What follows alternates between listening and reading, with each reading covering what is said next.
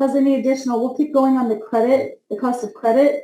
But if you have any other specific, I love that we just talked about checking their credit report. That's so important. Because you probably hear people every day, Brian, that get caught up in things that are on their credit report that. Yeah. Yes. In fact, I got 2 days ago, I got warned. There was some. Gosh, what was it? I'll pull it up. High risk fraudulent activity, I believe, was the words they used. And someone tried to take out a personal line of credit in Virginia on me. No, I can't find it. Sorry, it was an email. But I do have a credit monitoring service. I think I shared that with everyone. And my credit's frozen. So and I froze that. I froze my credit. And someone was paying on it. So somewhere, someone's got my information. Someone's got my personal information. So that's kind of a throwback to how identity theft can impact the credit. See, I'm weaving those together, Casey. Yes, I love that. And okay, there's another one. Do you recommend putting a freeze on the credit reports Experian, the Equifax, TransUnion, if you are not currently buying property? This came up last time too. I personally do recommend it. And this, just from a pure safety standpoint and where I'm at in life. So I think the answer to that question differs for everyone. But I'm not buying a house. We do have to buy a car once they come down. We're not in that market right now. So yeah, my credit, and I know, more than half of Americans, people living in the United States, have all their information compromised. If you remember the example, the new one I learned was President Biden, Hillary Clinton, who else? Bernie Sanders, Barack Obama. All their social security numbers are now public information. And these are very high profile people that you'd think have a lot of security around them. And even if they're not making great decisions or choices, I would venture to guess there's someone getting paid to make sure that they're making good choices when it comes to their security. But it just, it's a scary thing. So back to the original question, would you freeze your credit? That depends on where you're at in life. But if you're not buying a house, if you're not buying, if you're not applying for a job, there's lots of ways, lots of opportunities, lots of life scenarios where your credit comes into play.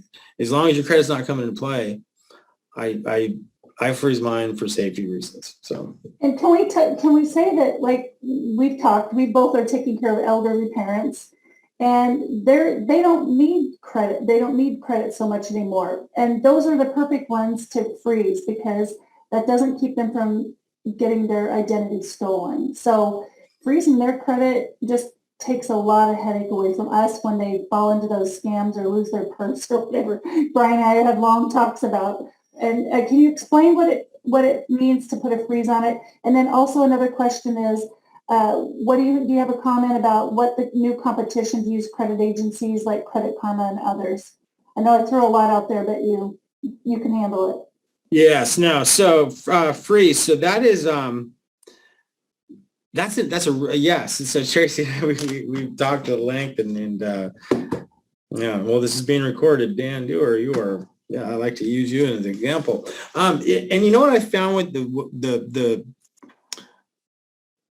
biggest challenge that I have in my personal scenario experience is finding that understanding that having your credit frozen is that's not a bad thing. Freeze your credit. I think there was so much of either misinformation, lack of information, what have you, in years past, 20, 30, 40 years ago, when it came to financial education, that and you were just really happy.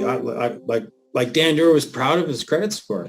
And he's been, people have taken good chunks of money from him because his identity has been compromised, and getting him to say, okay, to freeze your credit, he's like, why would he thinks it's a personal slight, it's a negative negative thing that it represents him negatively, like he hasn't paid his bills, and he's a very proud man, unfortunately, very, very thick-headed. So that can be it sounds easy. It makes a lot of sense to me. It makes a lot of sense to Tracy, because we were spending lots of time helping these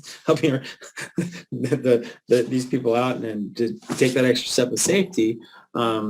It seems very logical, common sense. Boom, let's do that. But then there's that emotional, there's that personal or a cloud that all of money is encompassed with. So whenever you start talking about money, emotions just, boom, they spike. So if any engineers or math people out there, if you just think of it in just numbers, take the emotion out of it, it's so much easier said than done. I do acknowledge that, but it becomes clearer.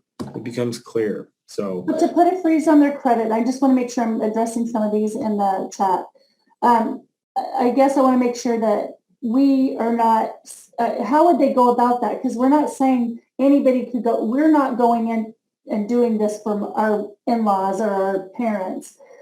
I mean, we're doing it with their permission on their accounts. I'm not going in and doing it like I'm doing it to them, right?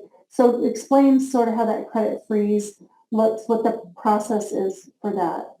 Yeah, and that's a good point. I also want to get to, I have new competition. I want to make sure. Yeah, go ahead. So how it works is you if I want to freeze my credit, I call them and say, hey, this is Brian, and they ask me a whole bunch of questions to prove it's me, and I say I want to freeze it, and they say why, and I tell them why. For safety reasons, my identity's been compromised. And they don't like that. They don't want frozen credit, because that means like, oh gosh, I mean, are we going to make less money now? And it's scary they think like that, but that's how you do it. It's not an overly complicated process. The really important part, all right, really important part, frozen at request of consumer. So not frozen credit because you owe everybody a bunch of money. You froze it on yourself. So just make sure. Same thing if you're going to cancel a credit card, canceled at request of consumer, not canceled for any number of bad reasons, mainly not paying, not canceled by the creditor, not canceled by the company, not canceled by the financial institution, canceled by consumer. Those are very important. So in both scenarios. And then did I address, is there more to that one, Tracy? No, I think that's good. The next one is, how long do entries stay on a credit report? 7 years and 2 years for inquiries? Question mark. It varies. Yeah, so it varies. My phone number, my phone number at the end of the slide is my mobile phone. So text that. If it's the first time we're texting back and forth, I won't text in the evenings or weekends until you've told me it's okay. But the bankruptcies for 7. Yeah, I mean, the list is pretty long, and it all differs. So, Okay. But those are 7s is a big one you can count on. And then so the new competition, can you repeat that question? Because all I wrote down was new competition. And I think they're wondering, this is Chiquita, how about the new competition to credit agencies out there like Credit Karma and others? Yeah, so those are great. I love that question, because the Credit Karma spends so much money on commercials, right? And they got that cool, catchy jingle, but it's not actual. It's a service. All it is a service, and it's a good service. It's a fine service. I have nothing against the service, but if you go into WSECU and you fill out an application for any loan, an auto loan, a mortgage, they're going to call one of the credit bureaus. So they're not going to call Credit Karma. They're not. And Credit Karma is that's an aggregate. It won't give you a credit score. It'll try to give you an aggregate picture of what's on all 3 of your credit reports. It will not give you a credit score though. So it's a nice service to use. In addition, it's free. I believe it was the seed funding that was started that was came out of the Frank Dodd Act. So lots of good things came out of that. Yeah. Okay, I think we're caught up, Brian, and thank you for your willingness to be flexible